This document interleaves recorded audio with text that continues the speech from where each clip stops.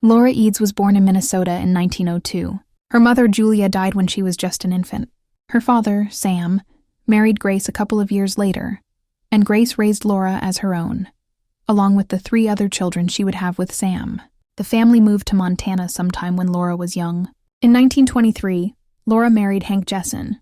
The couple started a homestead together, which would grow into a ranch that they would work together for the rest of their lives. Laura had a baby boy in 1924, but tragically he only lived 5 hours. His death certificate said he was too weak to live. In 1925, Pearl was born. You can see the pride and cautious optimism on their faces. They welcomed another daughter, Gladys, in 1926. In 1934, Laura gave birth to a premature son, James, who tragically died at only 12 hours old. Henry was born in 1935. I'm so grateful to the person who added many photos to the Ancestry website, as I've enjoyed seeing the Jessen children grow up through the photos.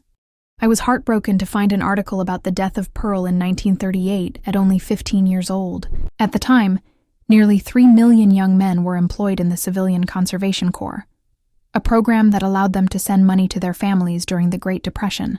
Pearl, Laura, and 2 of the CCC workers were preparing to bring in cattle from the pasture. One of the young men was carrying a rifle, which accidentally discharged as he left the house.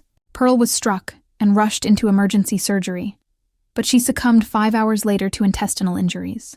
I can't even fathom Laura and Hank's pain. I'm unsure when this photo of Gladys and Henry was taken, but I can feel the raw emotion they felt from losing their older sister. Gladys had a relationship with Bud Hartman, and they had a daughter together around 1946. Then in October 1946, Gladys married a handsome young sailor named Gene Bozarth.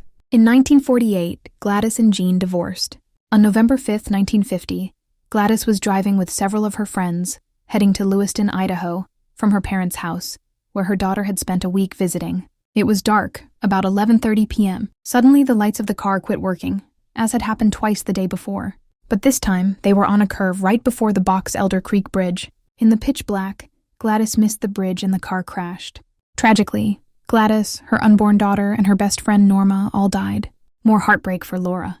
Yet she persevered. She and Hank took in their 3-year-old granddaughter and raised her.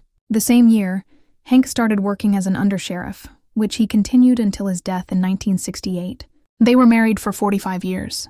Laura died in 1977. What a strong woman she must have been.